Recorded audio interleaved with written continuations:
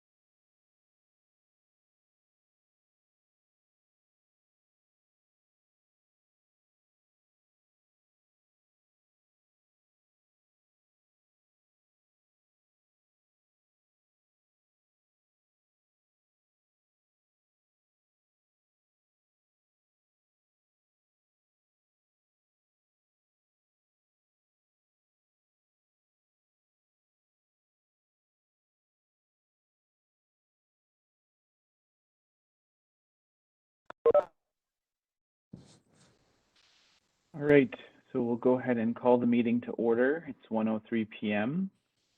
A reminder to all those joining us today to please stay on mute unless you are asked specifically to speak. Also, a note to the community that this meeting should be posted on YouTube, public viewing by tomorrow afternoon.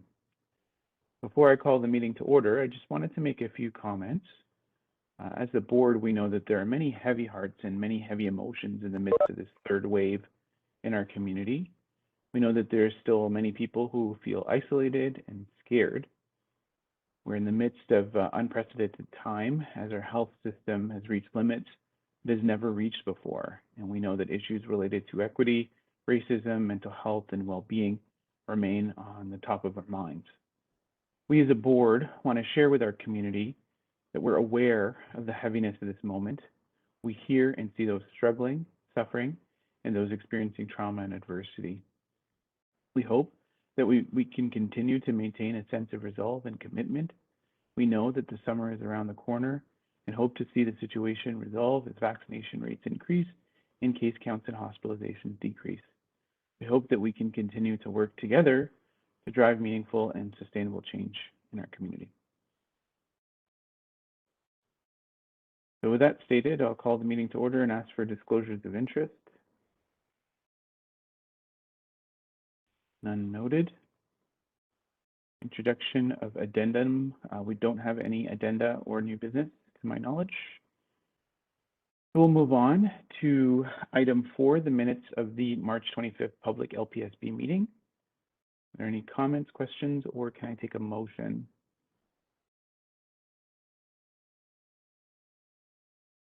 Moved by Councillor Cassidy, seconded by Vice Chair Toth. All in favor of approving the minutes? Carried. Thank you. Item 5, the April 13th Public Governance Meeting. I will turn the floor over to Vice Chair Toth and Committee Chair Toth. Thank you so much, Chair. We didn't have anything on the public agenda of the Governance Committee meeting, but just so people are aware, I did make some comments about some memorandums of understanding that we entered into, so we don't put those on public records because they are private contracts, but just so the public is aware, we did get some new funding from the Ontario government through a transfer payment to fund a provincial strategy with respect to protecting children from online exploitation and sexual abuse. There was also a contribution agreement that funded a full position in building local internet child exploitation unit capacity. So those were two really important memos that we'd entered into. We also had some housekeeping around memorandums of understanding involving scheduling. So those are some of the other things we discussed in the in-camera portion that I can advise the board here publicly, and then ongoing legal matters that of course have to remain confidential, but just thought I'd give that update. Thank you, Vice Chair and Committee Chair Toth. Can I get a motion that the board receives for informational purposes Committee Chair Toth's verbal update related to the April 13th Public Governance Meeting? Is that a motion, Mr. Lang, or a question? Yes, motion. Motion. Thank you. And Ms. Wellenreiter, I saw a second there. All in favor? Carried. Thank you. Moving on to item 6, the April 15th Public Finance and Administration Committee meeting. So I'll turn over to Committee Chair Lang. Thank you, Chair. We met this morning in camera at 8:30 and our public session was held at 9:15. During our meeting, we reviewed the London Police Services Board December 2020 year-end results as far as financial statements are concerned. We also reviewed the year-to-date March 31, 2021 financial statements for the Police Services Board. We went on to review the London Police Services operating budget status report as at March 31, 2021. We had fulsome discussion and our questions were answered, but all in all, things seem to be moving along quite nicely, and the committee was satisfied with staff's report. We had a good discussion around a report that Deputy Chief Betts put forward with regards to the 911 Backup Communication Center, and we received a report for informational purposes on that topic as well. And that's all I have to report. Thank you, Chair Lang. Unless there are any questions, can I get a motion that the board receives for informational purposes Committee Chair Lang's verbal update related to the April 15th Public Finance and Administration Committee meeting? Moved by Councillor Cassidy, seconded by Vice Chair Toth. All in favor? Carried. Thank you. Item 7, quarterly report, Crime Stoppers and Pursuit Statistics for the first quarter. Deputy Chief McIntyre. Thank you, Chair, through you. Attached is the first quarter, so the first 3 months of the year, looking at Crime Stoppers numbers and then our pursuit numbers. And as you can see in this early snapshot, there are no noteworthy trends to expand on. Recommendation that the board receive this quarterly report. Thank you, Deputy Chief. Are there any questions for Deputy Chief McIntyre on this report? If not, can I get a motion to receive for informational purposes? Moved by Councillor Helmer, seconded by Councillor Cassidy. All in favor? Carried. Thank you. Item 8, quarterly report, complaints against police. Deputy Chief McIntyre. Thank you again, Chair, through you. So the report before you is, again, the complaints about police. This is that snapshot over a 5-year trend that looks at the first 3 months. In general, I would say there are no noteworthy trends, but I wanted just to highlight something that I'm watching as it relates to local discussion. So a local discussion, for everyone's awareness, is just when a member of the public either comes into the police station and it raises an issue with maybe an interaction with one of our officers. And that is often dealt with by a sergeant on the street or a supervisor within the organization. All of these are normally resolved, and it's oftentimes just some extra explanation that they needed to understand what did the officers do and what was their authority to do that. Every time we have a member of the public that comes forward with these types of complaints that we call a local discussion, they're always advised of the process through OIPRD to file a complaint publicly and are given an assistance with how to do that and what those next steps look like. But most oftentimes they don't file with the OIPRD and it is satisfactorily resolved at this level. But as you can see in that first 3 months, when I look at the trends, I see that number being considerably higher. So on average over 5 years, about 23. We're seeing it jump up. So why is that and where is it jumping up? So I can say that I've drilled into each of those allegations and I don't see anything of concern, but I will discuss unlawful, unnecessary exercise of authority. One thing I worry about is that this is often confused with unnecessary use of force, right? When we're using force inappropriately, that's not what this category is. And I just wanted to kind of give some, highlight some of those things. That's oftentimes where a member of the public doesn't feel as though the ticket an officer has issued them is appropriate. They don't feel as though they should have been arrested for an arrestable offense or where an offense provides an arrest authority. And oftentimes, though, those are then discussed with the supervisor gives them that extra little piece of education, and then they go away quite happy. So although it's too early to tell, but I see that kind of almost doubling in the first 3 months, so I will pay attention kind of to what that is. There's nothing there that shows concern for me, but I'll monitor. But I'm open to any questions should you have any concerns or. Thank you, Deputy Chief. Are there any questions or concerns from any board members?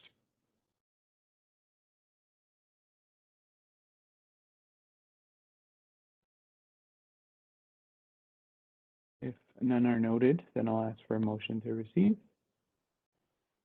Moved by Mr. Lang, seconded by Councillor Cassidy. All in favor? Carried. Thank you. Thank you, Deputy Chief. We're going to turn it over now for item 9 to Deputy Chief Betts on the London Police Service Bicycle Registry. Afternoon, Chair, and through you to the board and all of present.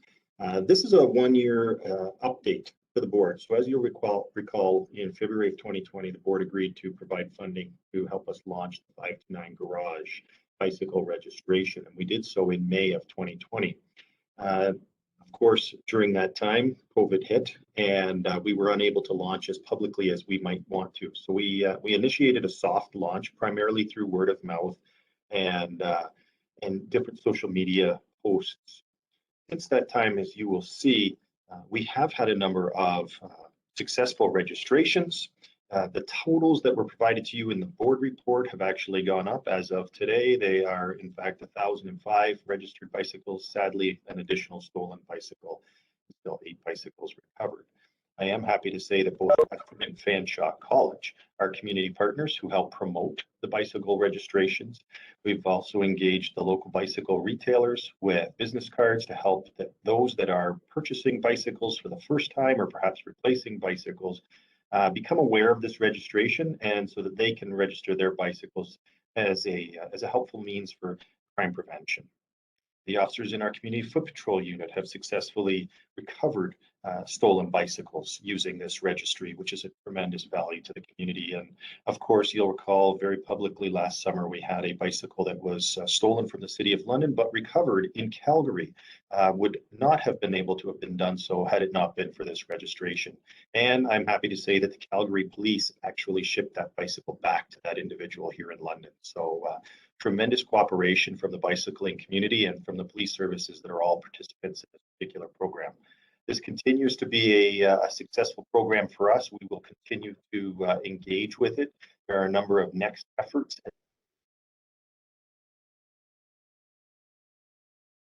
Officers to try and we will onboard them as a community partner. And again, continue to grow and enhance the presence of this registration as a crime prevention tool. Subject to any questions. Thank you, Deputy Chief Betts. We did have a blip there where we missed a bit of what you said, but I think we caught the overall comments. Any questions from any board members for Deputy Chief Betts? Yes, Vice Chair Top. I admit it's actually more of a comment, but I just wanted to reflect back very quickly because I remember when this idea was first proposed to us, and I believe it was October of 2019 around there, and as I recall, Deputy Chief Betts had only been on the job for a few months, and our bike mayor had brought this to our attention, and I know that she and Deputy Chief Betts work closely together, so it's very exciting to see that link between a request from the community and then in turn the board being able to be responsive, and more so LPS administration responding and everyone working together to make that happen. So, you know, obviously I'm sure people would love to see this get bigger and more bicycles recovered with time, but this is the beginning of the program, and I just think it's a job really, really well done by Deputy Chief and all those who are working this program. So just congratulations. I think this is great, and kudos again to our bike mayor for kind of pushing us a little bit on this. I think it was well worth investing in this program. Thank you. Any other questions? If not, can I get a motion to receive? Moved by Councillor Helmer, seconded by Mr. Lang. All in favor? Carried. Thank you. All right, so we will move right along to the next item, which relates to officer suspensions without pay.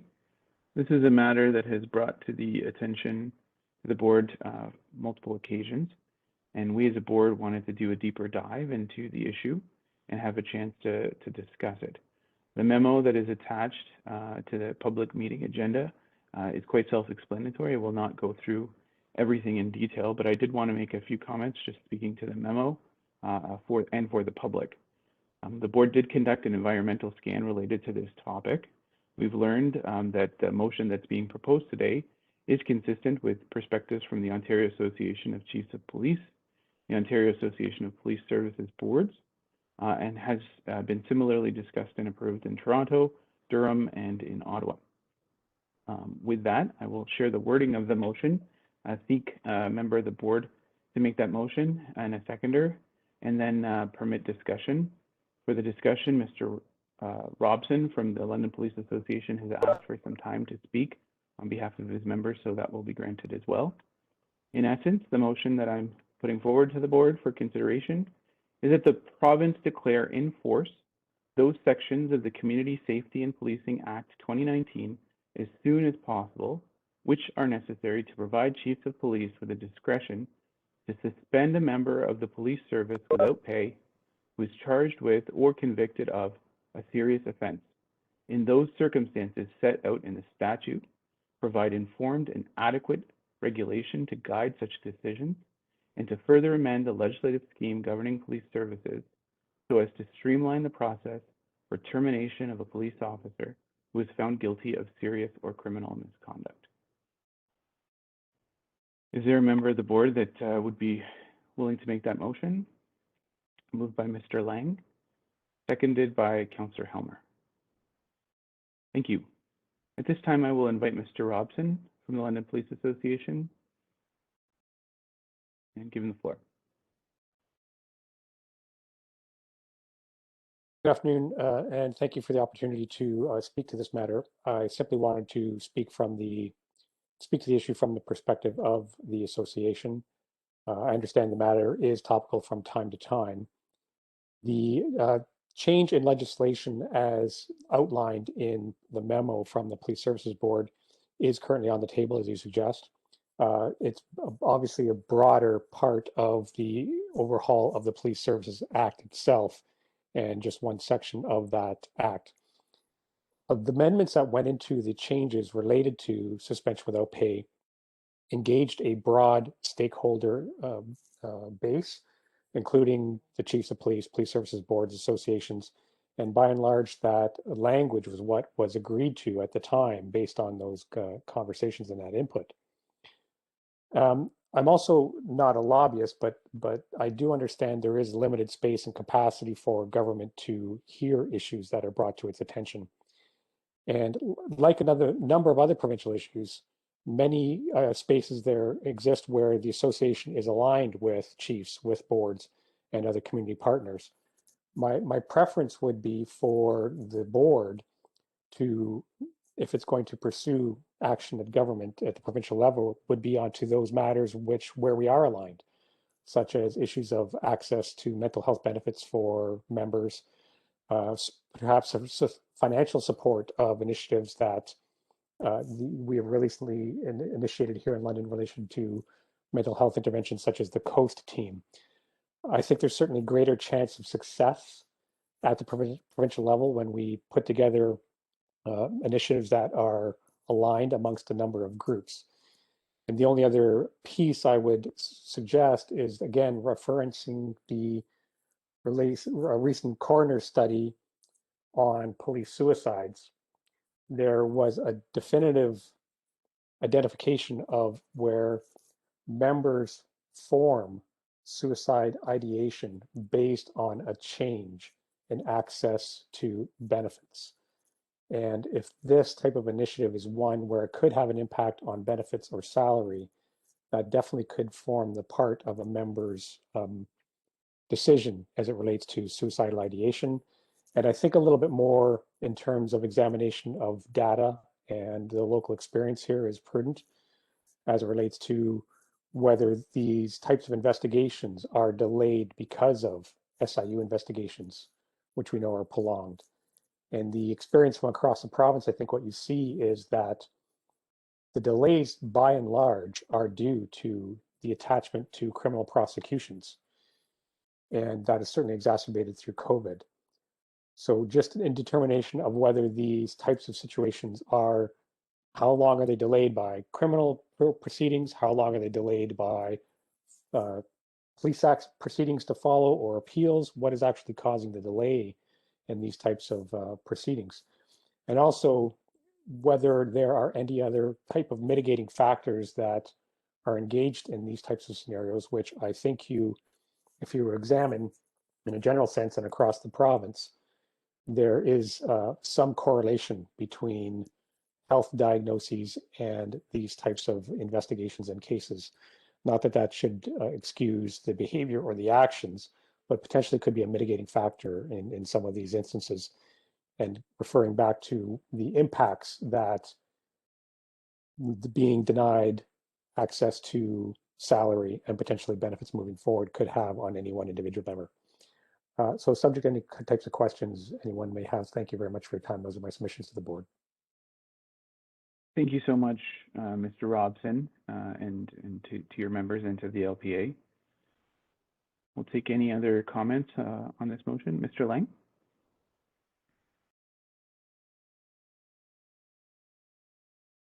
Thank you, Chair. I would like to comment with regards to what I believe the frequency of this type of action would actually, how this would occur. I'd like to remind everybody that police officers have a higher likelihood of being accused of inappropriate behavior due to the nature of the industry that they're in. And the elements that they're exposed to in the course of their duty. And the great majority of these accusations that are made frivolous and in water. I think it's important as a board that we understand that this would really be in very unique circumstances. And typically these unique circumstances become highly public and publicly charged. And I think giving the chief discretion is appropriate. Chief's responsible for the administration of the service, and he's responsible for the management of the members of the surface. Of course, I certainly respect what Rick has said, and I believe very strongly in the premise. I do want to remind the public and my colleagues that I do believe that this would be very, very infrequently used, but I think it's a very valuable tool for the chief to have at his discretion. So those are my comments, Chair. Thank you. Thank you, Mr. Lang. Do additional board members have any comments on the motion? Vice Chair Toth? Thank you, through Chair. I think that what I'm hearing from Mr. Robson is that there are larger discussions that need to be had, and I apologize, Rick, if I'm putting words into your mouth. I'm not intending to do that, but I do think that while I am going to be supporting this particular motion as written in terms of a necessary discretionary power that, as Mr. Lang has pointed out, would likely be used just in the most extraordinary cases and hopefully, and I would expect not frequently. But I do think there's something to be said about the larger piece of board lobbying in terms of changes that may need to occur through discussions with administration and with the LPA and with the community. And when I think about the use of these kinds of powers, what comes to mind automatically to me is ensuring fairness, ensuring transparency. And, you know, in my day job, one of the things that I do is workplace investigations. And the top three things that we look for in a proper workplace investigation, and that I think there's some parallels here, are that the investigation be independent, third party, transparent, expeditious. I mean, I think Mr. Robson raised the issue of delay, how damaging delays can be. And so I think those are some of the larger issues that the board should be taking a dive into and addressing perhaps at a future board meeting when we've had the chance to look at what other jurisdictions are doing, look at the current proposed changes to the Police Services Act, because I would like to see some of that built into the Police Services Act, that requirement that investigations have independence and fairness and an expeditious aspect to them to ensure that the members and both the member and the community are being protected. So again, I'm prepared to support this particular motion, but with understanding that we really should be looking at that bigger picture at a future date and perhaps making some lobbying to the government to make sure that those particular issues around fairness and independence of investigations are addressed. Thank you, Vice Chair Toth. Any additional comments? Councillor Helmer? Thank you. I certainly support the motion, and this is essentially the same position that the Ontario Association of Chiefs of Police took 7 years ago, calling on the previous provincial government to make this option available to chiefs to be used in circumstances that warrant it. And I agree with Mr. Lang that it's not going to be very often that this happens. You know, if we're talking about 100 or 120 officers who might be suspended at any given time across the province, that's a tiny fraction of the overall number of police officers. Like, that's less than 0.5%. But I will say that the damage that some of those officers who have committed serious misconduct and in some cases criminal acts due to all the rest of the officers in terms of the reputation of police, how people view the police, the kind of trust that they have in police is severe. When police officers do criminal acts, it's very damaging. And to have them on paid leave while all this is being investigated, which can go on for years and years and years, just makes it more and more damaging, I think, overall to the public's trust in police.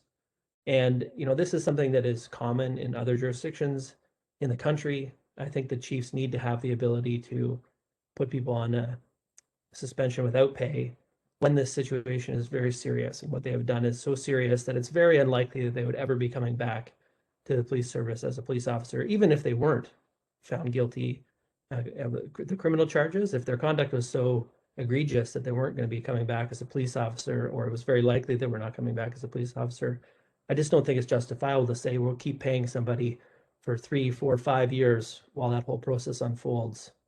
I just don't think it's right. I don't think many members of the public think it's right. And I think a lot of police officers too, when they look at it, they say, I don't think this person should be getting paid. You know, I'm getting paid, I got to go to work, I'm going to do my job. And this person, unfortunately, like some of the comments from people, think back to the fellow in Waterloo Region, you know, I'm sitting here on a beach getting paid my full salary. Thanks very much for the suspension. You know, that really undermines people's trust in policing. And, you know, we can't stop people from saying things like that, but we certainly should be able to stop paying them. And, you know, I think unfortunately it is necessary. I'm glad that it happens, and I think would happen in very limited circumstances. I don't think it's some big solution to the overall problem of misconduct. And I think it's just part of the range of things that need to be done when those kind of things do happen. But I do support it. Hopefully the province can get on with it and put those, enact that change that's already been passed. It's just been held up. And I really think the time is to bring it in right now. So thanks very much. And I appreciate where Mr. Robson is coming from in terms of alignment. I think this is just one of those issues where the LPA and the board and frankly the chiefs may just be on very different sides, and we're going to have sometimes have different positions on important matters like this one.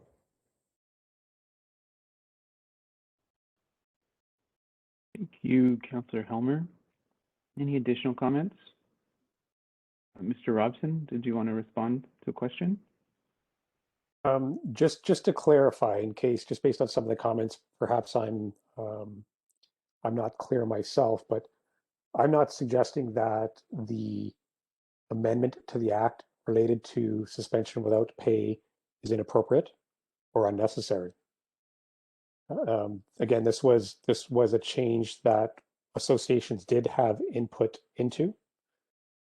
My position was in terms of lobbying the government for enactment of one article of a broader piece of a complicated legislation.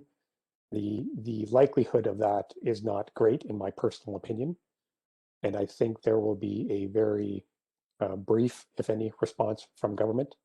And just that our efforts would be better spent collaboratively as opposed on this one singular issue. Sorry, just if I was not clear about my position, I was not trying to suggest that this piece of legislation needed to be amended. Thank you for the clarification. Any additional comments, or can we call it to question? Okay, we'll call the motion to a vote. All in favor? All right, motion is carried. Thank you. So for the board's attention, the Ontario Association of Police Services Boards puts out a request for call for resolutions. Is due April 30th. Does the board wish to send our motion forward as a resolution to the OAPSB? And if so, can I get a motion to that effect? Thank you, Vice Chair Toth. Seconder? Ms. Wellenreiter? Thank you. Councillor Helmer, did you have a comment? I just wanted to say if we're going to forward it as a resolution, we should probably give some direction just to have it drafted in the resolution form that they usually would go in with the whereas clauses and the be it resolves. And as long as there's time to actually do that between now and the submission deadline, I just want to make sure that we do that. I see a lot of nodding, so perhaps that's all understood by everybody. Okay. Thank you. Any other comments on this motion? Okay, if not, we'll call it to a vote. All in favor? Carried. Thank you. So there is no new business, but there is a very special announcement that I wanted to make on behalf of the board. Tomorrow is Director Kim Darling's last day with LPS after 34 years of service with the organization and another 3 years with the city before that. I wanted to thank you on behalf of the board for your commitment, your hard work, your vast expertise, and for your perennial support to our board and past boards. through many, many, many budget cycles. There's an immense volume of corporate knowledge that will leave us with you, and we hope that you wrote everything down for us. So we want to extend our deepest gratitude to you for giving your career to the London Police Service, and we wish you a very long, well-deserved, happy, and healthy retirement on behalf of the board. I'd also like to turn the floor over to Chief Williams.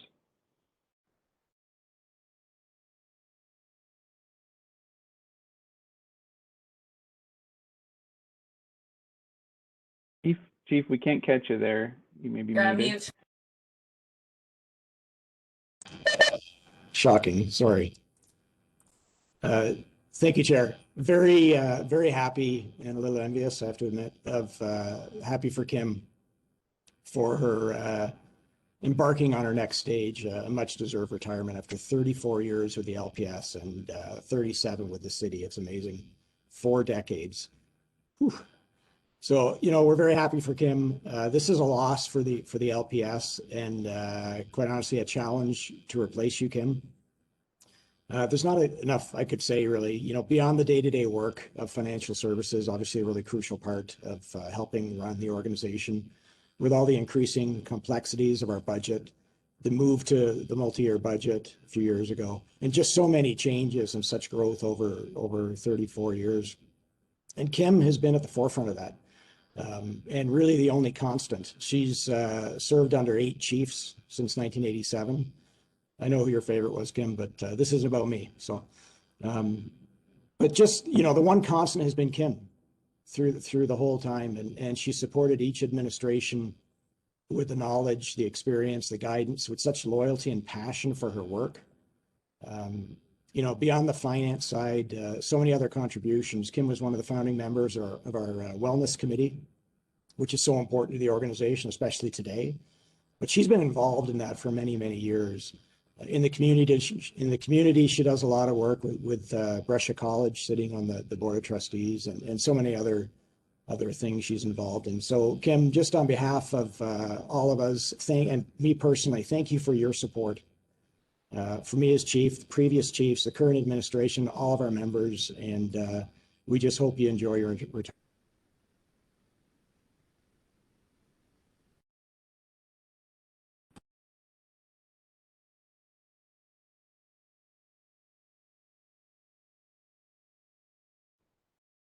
Thank you, Chief. Just a round of applause for the service. You can't hear us all, but we're with you in spirit, and I hope you have a nice celebration despite the restrictions. Thank you. All right, so on that celebratory note, I will ask for a motion to adjourn. Moved by Mr. Lang, seconded by Councillor Cassidy. All in favor? Thank you. Carried. So we will see everyone again in May. Stay healthy, stay safe.